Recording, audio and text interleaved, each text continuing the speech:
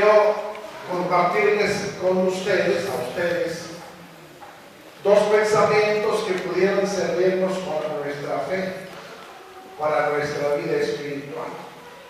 Ya estamos en el cuarto domingo del tiempo del Adviento. Ya hemos encendido esta cuarta velita, signo de nuestra fe, signo de que luz nos ilumina en este caminar. Quiero platicarles hoy del Evangelio, concretamente de la Virgen María y de Isabel, Santa Isabel. Pero también quiero platicarles de lo que nos dice en la segunda lectura, que Cristo vino al mundo para hacer la voluntad de Dios, haciendo la voluntad de Dios. ¿Y qué implicación tiene para nosotros estas dos ideas? Tanto el papel, la figura de María, como el hacer la voluntad de Dios. Aquí falta todavía la figurita del niño Jesús. Pero María ya estaba embarazada. Ya había recibido la visita del ángel San Gabriel. En aquel tiempo, los matrimonios, en tiempos de Jesús y antes, mucho antes, se parecen mucho al matrimonio de nosotros. Nuestros matrimonios tienen muchos elementos del ritual judío. Para empezar, eran en dos partes también. Nuestro matrimonio es en dos partes. Primero se casan por el civil y luego generalmente se casan por la iglesia. O a veces se casan primero por la iglesia y luego en el salón hacen la ceremonia del civil. Los que se casan por la iglesia, por el civil, hay unos que nada más por el civil y hay otros que ni por el civil. En tiempos de los judíos se tardaban meses para realizar la ceremonia religiosa, de tal manera que primero era el matrimonio de la ley y ya oficialmente eran marido y mujer. En el caso de José y María ya eran marido y mujer. Por eso dice, el ángel se dirigió a una mujer desposada con José. Ya estaban casados, pero no vivían juntos. Por eso la angustia del Señor San José, por eso los miedos del Señor San José, las preocupaciones, pero también las angustias de la Virgen. ¿Qué le voy a decir? Si ya salí embarazada y todavía no vivimos juntos. Ese era el adulterio. Porque si no hubieran estado casados por ninguna ley, pues no había problema. Pero ahí el problema era que ya estaban casados. Y el ofendido era San José. Entonces, acuérdense lo que decía la ley para las mujeres que eran adúlteras. Era la muerte por lapidación, es decir, a pedradas. Entonces José no quería ponerle en evidencia. Pero José oye la voz de Dios. Se le aparece el ángel y le dice, no dudes en recibir en tu casa a María. José oyó la voz de Dios y María también escuchó la voz de Dios, que les hablaba por medio de un ángel. A José le habló en un sueño. Escuchó la voz de Dios. Y entonces María, escuchando la voz del arcángel San Gabriel, acuérdense que nosotros veneramos a tres arcángeles, el arcángel San Miguel, que quiere decir quién como Dios, el arcángel San Gabriel, que es el mensajero de Dios, y el arcángel San Rafael, que quiere decir la medicina de Dios, porque es el que cura. En el Antiguo Testamento vemos cómo el ángel lleva el remedio y sana a algunos profetas, a algunos personajes del Antiguo Testamento. Entonces son tres arcángeles, que no se les olvide, pero quien se le aparece en el es el mensajero de Dios, que es San Gabriel. Y la Virgen dice: hágase en mí según tu palabra. Es decir, hágase en mí según tu voluntad. Y luego va María, dice aquí, a las montañas de Judea, que los biblistas dicen que eran más o menos unos 150 kilómetros, que no eran nada fácil, cuesta arriba. Yo me imagino que el burro o el camello, porque no llevaban un carro último modelo, iban en burro o si acaso en camello. La gente pobre caminaba, andaba a pata, y los que más o menos tenían dinerito a medio de transportar, pues el burrito. Ya la gente de más dinero tenía sus camellos. Yo pienso que si yo viviría en aquel tiempo, por lo menos un camello.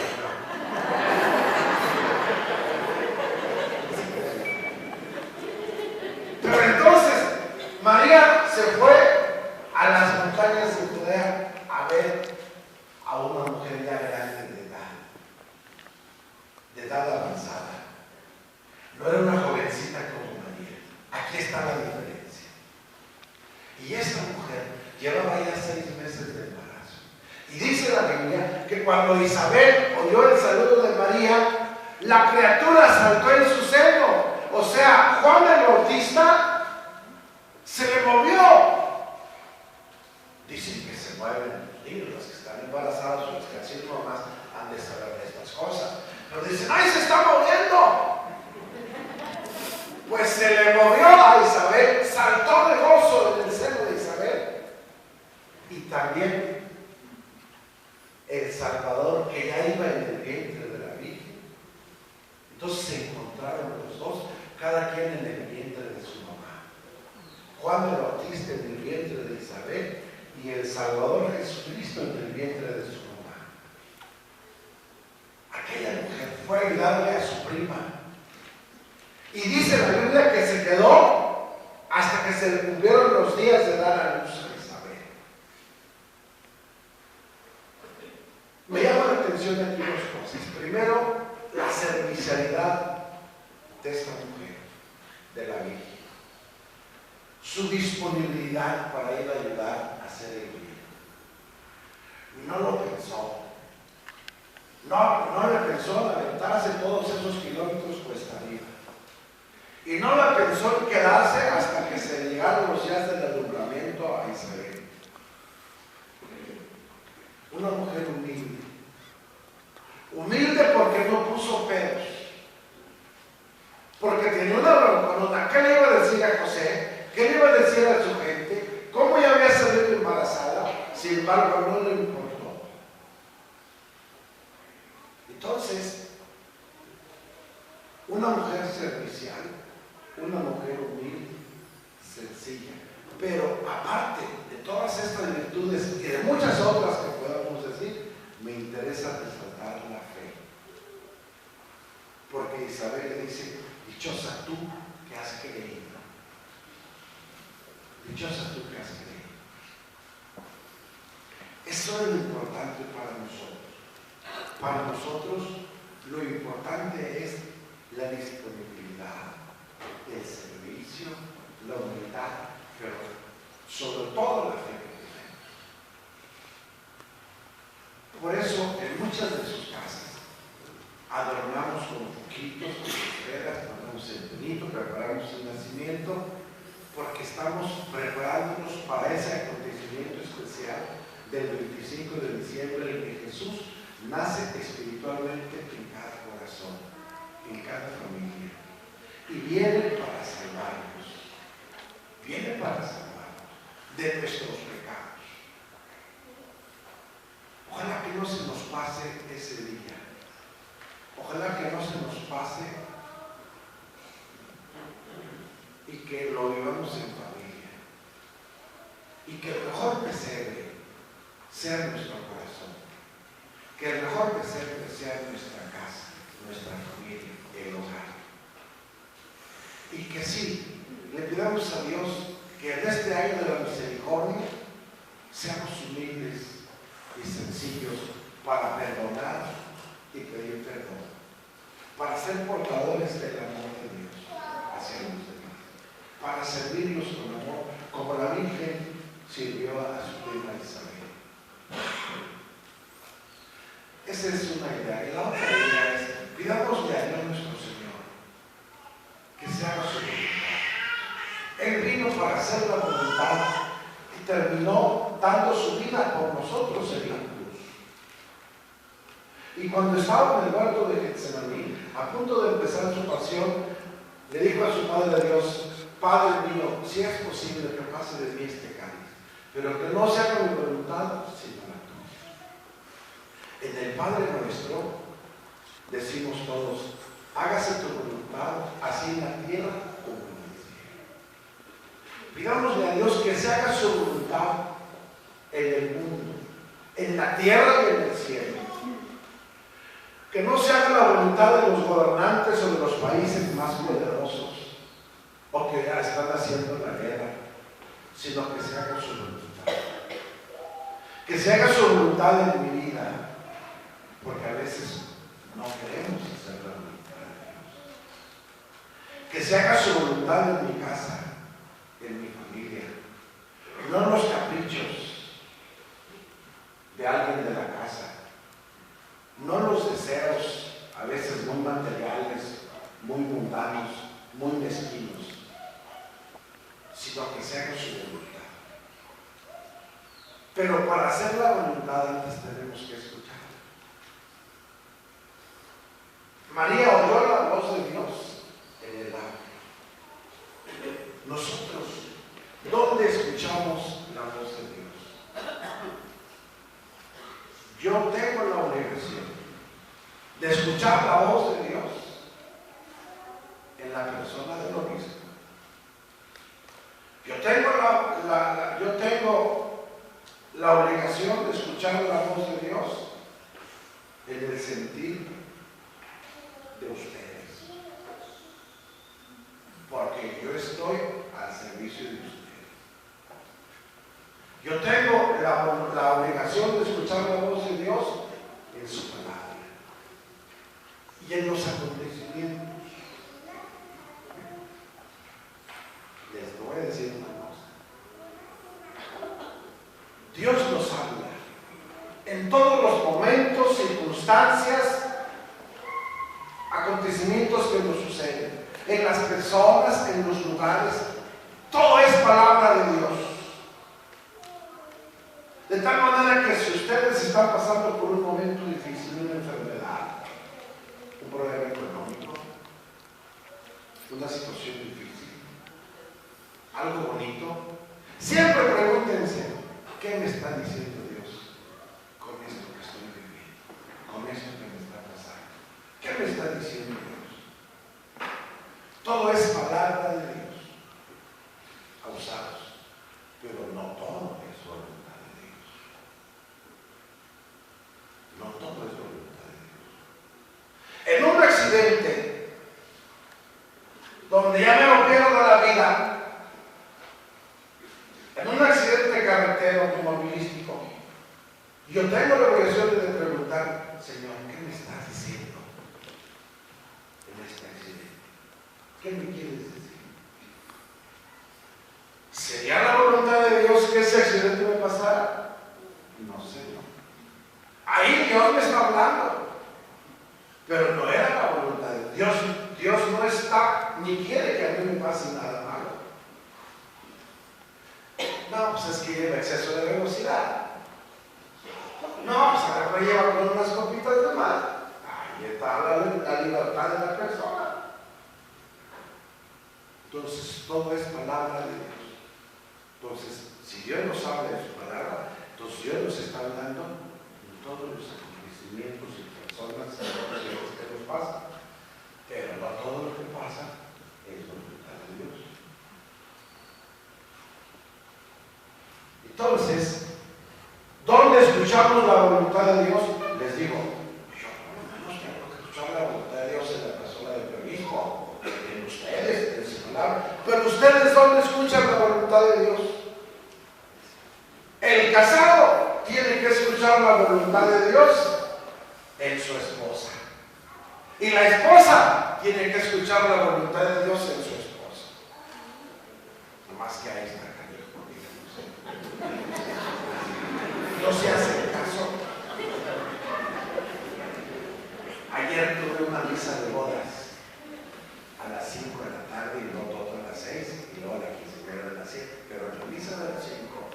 Ya ven que ahora ponemos esos floreros ahí para que las quinceañeras y las bodas pongan sus ramos que ahora se ofrecen. Hace todavía 2 o 3 años no estaba la costumbre de ofrecerle el ramo a la Virgen.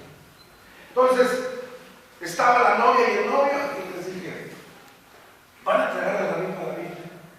Dijo la novia, sí, ¿dónde está? Y ya te lo trajeron. Y enfrente de mí, y delante de don Oscar, que es el ministro, le dice la novia a él, ten tú el porro. Vayan los dos. Ya lo estás mandando. Todavía no saben de la iglesia y ya lo estoy mandando. Ten tú el porro. Y el otro sonso ya iba muy bien. Dije, no, por dos. Así de ese tamaño. ¿Habrás visto? Entonces, el esposo tiene que escuchar la voluntad de Dios en la voz de su esposa, lo que su esposa quiera y diga y mande. Y lo que el esposo quiera y diga y mande también. No es nada más de un lado, es de los dos lados. Por eso tiene que dialogar mucho e ir muy de acuerdo para hacer siempre la voluntad de Dios como uno solo, como si fueran uno solo. Los hijos tienen que escuchar la voluntad de Dios en sus papás. Lo decía a una quinceañera, creo que el viernes, hagan ustedes el viernes, que la voluntad de Dios, la voz de Dios está en sus papás. Y así todos tenemos que hacerle caso a alguien. A alguien. No hay nadie que no le haga caso a nadie. No hay nadie que diga yo no mando solo. Todos tenemos que obedecer y hacerle caso a alguien. Ahí está. La Virgen María, Jesucristo hicieron caso a la voz de Dios que se manifestaba en sueños, como San José, la Virgen, la voz del ángel, y Jesucristo que hizo la voluntad de Dios, llega haciendo su voluntad. Entonces, pidámosle a Dios nuestro Señor que se haga la voluntad de Él en nuestras vidas, no la voluntad de nuestros caprichos. Que se haga la voluntad de Dios en nuestras familias, en nuestros corazones, y que seamos siempre serviciales y humildes, pero sobre todo de una gran fe y de una gran caridad. Y ya, aunque no sea 25 de diciembre, encomendémonos a la Sagrada Familia. La Sagrada Familia de Nazaret es modelo para nosotros.